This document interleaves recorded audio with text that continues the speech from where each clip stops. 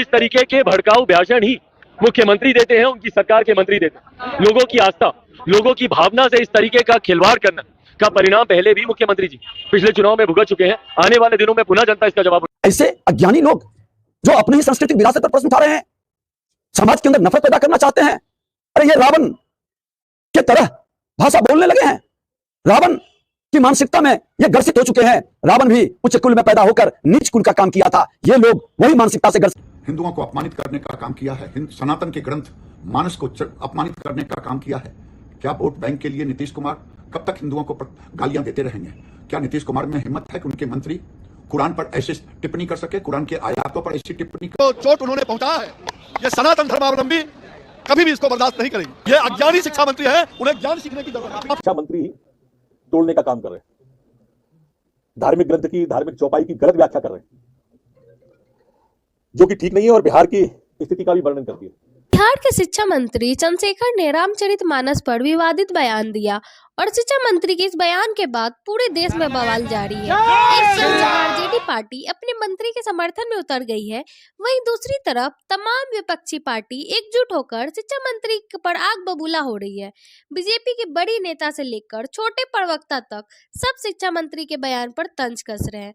क्या कुछ कहा विपक्षी पार्टियों ने? इससे पहले सुनिए शिक्षा मंत्री का वो बयान जिस पर इतनी सियासत जारी है। वो हम शिक्षा मंत्री, ये तमाम ऐसे राजनीतिक दल और ऐसे नेता जो बंटवारे की राजनीति करना चाहते हैं, वो हमारे इतिहास को, हमारे ग्रंथों को, हमारे ऐसी चीजों को जिनमें लोगों की आस्था होती है, उस पर सवाल उठाकर लोगों की भावनाओं को भड़काने का काम करते हैं। वो इस तरीके के भड़काऊ भाषण ही मुख्यमंत्री देते हैं, उनकी सरकार के मंत्री देते हैं। लोगों की आस्था, लोगों की भावना से इस तरीके का खिलवाड़ करना का परिणाम पहले भी मुख्यमंत्री जी पिछले चुनाव में भुगत चुके हैं।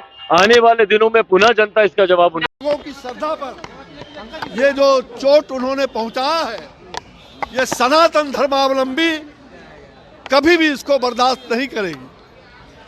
सनातन धर्म में रामचरितमानस वो केवल एक धर्म के लिए नहीं, मनुष्य के जीवन को जीने के लिए राह बताया गया है। ये अज्ञानी शिक्षा मंत्री है, उन्हें ज्ञान सीखने की जरूरत है। माफी मांगना चाहिए, देशवासियों से माफी मांगनी चाहिए। विरोध तो मैंने कहा जब अज्ञानी हो, अब अज्ञानी के पास विरोध की बात क्या है? अज्ञानी है, उनको ज्ञान सीखना चाहिए। बिहार में जिस तरह से नीतीश कुमार की सरकार अपने मंत्रियों के द्वारा हिंदुओं को अपमानित करने का काम किया है, सनातन के ग्रंथ मानस को अपमानित करने का काम किया है। क्या वोट बैंक के लिए नीतीश कुमार कब तक हिंदुओं को गालियां देते रहेंगे? क्या नीतीश कुमार में हिम्मत है कि उनके मंत्री कुरान पर ऐसे टिप्पणी कर सके, कुरान के आयातों पर ऐसी टिप्पणी कर सके? आज टुकड़े टुकड़े गैंग वोट बैंक की राजनीति के लिए हिंदुओं को अपमानित करना, हिंदुओं को गाली देना, अब ये बंद करें। हिंदू अब इसे बर्दाश्त नहीं करेगा। शिक्षा जोड़ने का काम करती है, पर बिहार में जो है ना अफरा तफरी का माहौल हुआ है। इस बार पहली बार देखा गया है कि शिक्षा मंत्री ही तोड़ने का काम कर रहे हैं, धार्मिक ग्रंथ की, धार्मिक चौपाई की गलत व्याख्या कर रहे हैं, जो कि ठीक नहीं है और बिहार की स्थिति का भी वर्णन करती है। ये शिक्षा मंत्री जब शिक्षकों की भर्ती पर लाठियां चली तब नहीं बोले थे, मंदिर तोड़ दिया, पर एक शब्द नहीं निकला इनके उससे। शराब में, जहरीली शराब से मौतें इतनी ज्यादा हो गई, उसके बावजूद भी एक शब्द नहीं लिखा। लेकिन समाज तोड़ने की बात आई तो भाई उठ के खड़े हो गए। मैं अच्छा नहीं मानता इसको। बिहार की सांस्कृतिक विरासत पर देश को ही नहीं दुनिया को गर्व है। हमारे इस धरती के जो लाल हुए, जिसको दुनिया पूजित करता है, आज भगवान राम, राजा राम बनकर आए थे। यही धरती में मां जानकी ने उनको मर्यादा पुरुषोत्तम राम, भगवान राम का स्वरूप प्रदान किया था। और यह शक्ति की भूमि पर ऐसे कायरों की जमात, ऐसे अज्ञानी लोग जो अपने ही सांस्कृतिक विरासत पर प्रश्न उठा रहे हैं, समाज के अंदर नफरत पैदा करना चाहते हैं। अरे ये रावण के तरह भाषा बोलने लगे हैं।